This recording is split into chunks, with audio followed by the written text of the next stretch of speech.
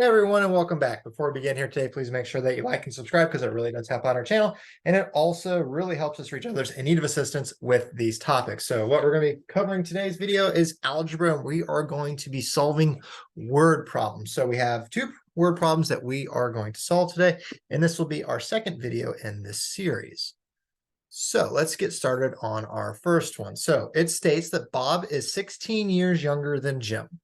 12 years from now, Jim will be twice as old as Bob. How old are Bob and Jim currently? So whenever you're dissecting your algebra word problems, you always have to pull out key information. So we have some key information here that we have a 16 years difference between Bob and Jim. And then 12 years from now, Jim will be twice as old as Bob. So we can use all this information to determine how old they are currently. So when using these algebra word problems, you always have to set starting variables. So let's set our variable x, and we're going to set that equal to Bob's current age. That says current, current age. And then we are going to set y, our variable y, equal to Jim's current age. So the whole goal is to set your main variables first, which is what we're looking for. We're looking for Bob and Jim's current age. So we're going to set variables equal to what we're looking for right away. So what's the relationship between x and y, the current age of Bob and the current age of Jim? Well, it is stated in the very first sentence that Bob is 16 years younger than Jim. That means that Jim is 16 years older than Bob. So what that means is that if we use that in variable form, that Jim's current age, which is y, is 16 years more than Bob's current age. So Bob's current age is x. Adding 16 to that gives us Jim's current age. So we have fully dissected that first sentence and gotten all our information out of it. Now, moving on to the second one, where we were talking about 12 years in the future. Jim will be twice as old as Bob. Well, let's set some more variables here for this sentence. So we will set W. Oh, give me my pen back, please. Sometimes when you push too hard, the pen disappears. So we'll set W is equal to Bob's future age. And we will set Z equal to Jim's future age. Oh, if I could spell. Engineers, we do math, we don't spell right. So we have Jim's future age. So what's the relationship between W and Z here? Well, let's go and put W and Z in terms of X and Y first off, and then we can look at our relationship between W and Z. Well, W, which is Bob's future age, is just going to be Bob's current age plus 12. Well, Bob's current age is X plus the 12 years. Well, looking at Jim's future age, which is Z, will just be Jim's current age of Y plus the 12 years. Well, what is Y? Let's put that in terms of Bob. Well, Y is just going to be X plus 16. And then we add on the additional 12 here. So in the end here, Jim's future age in relative to Bob will be Bob's age plus 28. All righty, and then we're going to use this last piece of the sentence right here that's talking about how Jim is twice as old as Bob. So you would have to take Bob's age and multiply it, or Bob's future age and multiply it by 2 to get Jim's future age.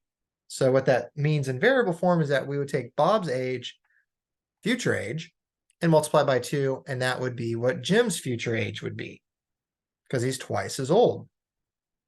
Well, we can take this, plug it in for W, and take this and plug it in for Z. Well, we would have 2 times X plus 12 is equal to X plus 28.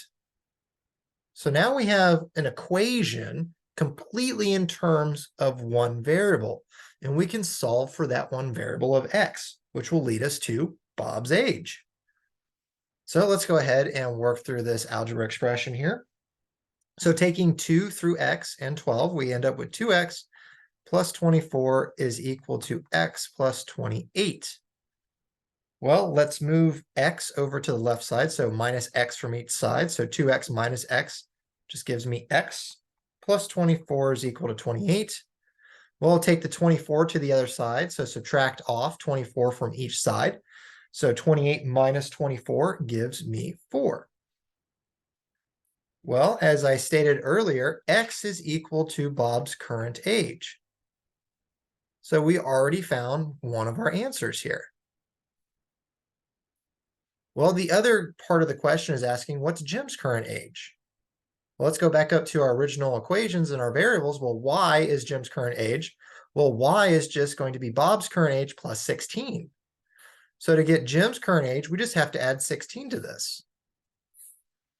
So Jim's current age is equal to y, which is equal to x plus 16. Well, x is just 4. So 4 plus 16, that gives us 20. So currently, Bob is 4 and Jim is 20. So those are our final answers for this particular question. Now what we can do is we can double check this. So what we're going to do is we're just going to take x and y, and we're going to plug them back in to see if we can actually find that w and z are correct, and that w needs to be multiplied by 2 to equal z. So let's double check that real quick. So let's change colors for the check. All righty. So w is going to be x plus 12. Well, x we just found to be 4. So that means w is going to be 16. And z, which is going to be x plus 28, well, we just found x to be 4, so plus 28 gives me 32. Well, z was Jim's future age, w was Bob's future age, and it said that Jim was going to be twice as old as Bob. Well, yeah, 32 is twice that of 16. So my answer checks out. That's how you would solve that first one. You always have to make sure that you read the problem carefully and pull out as much information from each sentence as possible. All right, so moving on to our second one here. So this one states that the sum of the digits of two-digit number is 11. When the digits are reversed, the reversed number is larger than the original number by 27. What is the original number? So we have a two-digit number. So for instance, that would be like 12. And it's saying that these two added together would equal 11. And the reverse of this is larger than the original number. So this example would be like my original number of 12. Well, the reverse of that would just be switching the 2 and the 1. It would be 21. So having the reverse number be larger than the original number, I know that this first 10 digit, that's the tens digit number, has to be smaller than the unit digit number. Because when we reverse it, boom, it's higher than the original. So this one has to be smaller. So that's very, very helpful to realize that moving forward. So let's set up some variables here. So let's set x equal to my tens digit placement. And then let's set y to my units digit placement.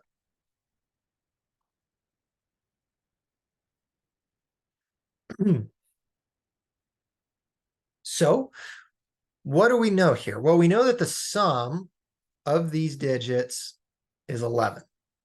So here are my digits. So I know that x plus y is equal to 11. So let's rearrange this in terms of x. So we would have y is equal to 11 minus x. So what this means is that my units digit is going to be 11 minus whatever the tens digit number is. Okay, so now we have that first sentence taken care of. So it says the original number is smaller than the reverse number by 27. Okay, so let's set up some new variables here. So let's set w equal to my original number, which is what we're looking for. And then let's set z to my reverse number.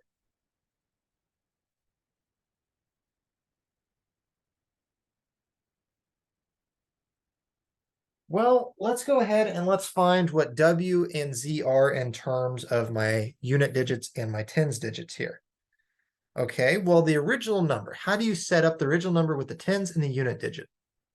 Well, the tens digit is going to be whatever number I have multiplied by 10. So for instance, if X is equal to 1, to get it into this placement, I have to multiply it by 10 to move it over, to move it from 1 to 0 or 1 to 10. If I had a number of like 34, for instance, well, my X would be 3. How do I get that over to here? Well, you multiply it by 10 to move the decimal point. So the original number of W is going to be my tens digit number multiplied by 10 and then adding in my units digit. So it's going to be my tens digit number multiplied by 10 and then adding in my units digit. So for instance, if X was 1 and Y was 2, to get my 12, I would have to multiply 1 by 10 and then add 2 to it, which gives me 12. Little bit of a trick there to get that. So let's go ahead and plug in Y in terms of X here. So we would have 10X plus 11 minus X. So then my W would end up being 10X minus X, which gives me 9X plus 11. So that's my original number in terms of X. So really all I got to find is my tens digits here. And boom, I have my original number, which is what I'm looking for.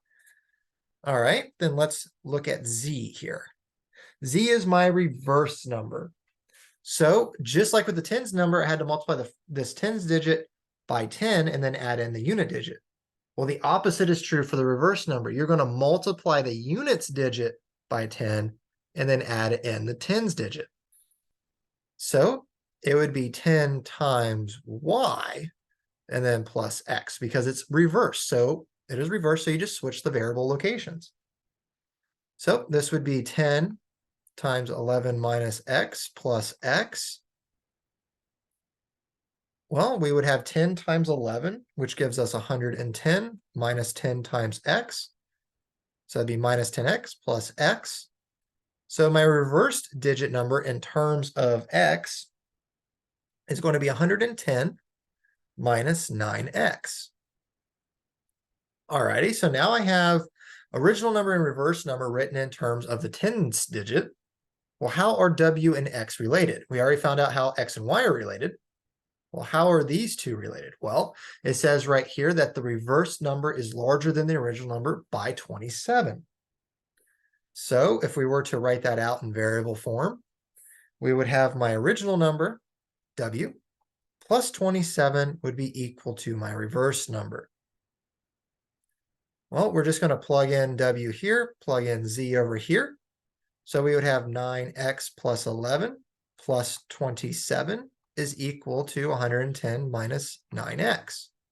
Now I have an equation in terms of one variable. So I can solve for that variable, which just happens to be my tens digit.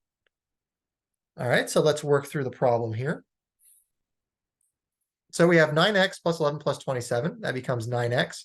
Adding in the 11 plus 27 gives me 38 is equal to 110 minus 9X. Well, let's take this minus 9X and take it to the other side. So minus on this side, so we're going to have to plus and plus both sides. So 9X plus 9X gives me 18X plus 38 equals 110. Well, let's take the 38 to the opposite side. So we're going to have to subtract it from both sides. So it'd be 18X is equal to 110 minus 38, which gives me 72. And then we're going to have to divide by 18 on both sides. So 72 divided by 18, that gives me exactly 4. Well, that's what X is equal to. So how can I use X to find what I'm looking for? I'm looking for my original number. What is it? Well, the original number I have as W. Well, what is W? W is 9 times X plus 11. I just found what X is, so let's plug in X into the W equation. So W is 9X plus 11, which is my original number. Well, this is equal to 9 times 4 plus 11 once we plug in what X is. So this gives me a total of 47 for my original number. Well, let's double check that. We know that the original number is W, which is 47. The reverse number is Z, and it has to be 27 of that. And we also know that the two digits have to add up to be 11. So let's find some stuff real quick here. So looking at our check, which we're going to do in blue, we have our X, or our W, sorry.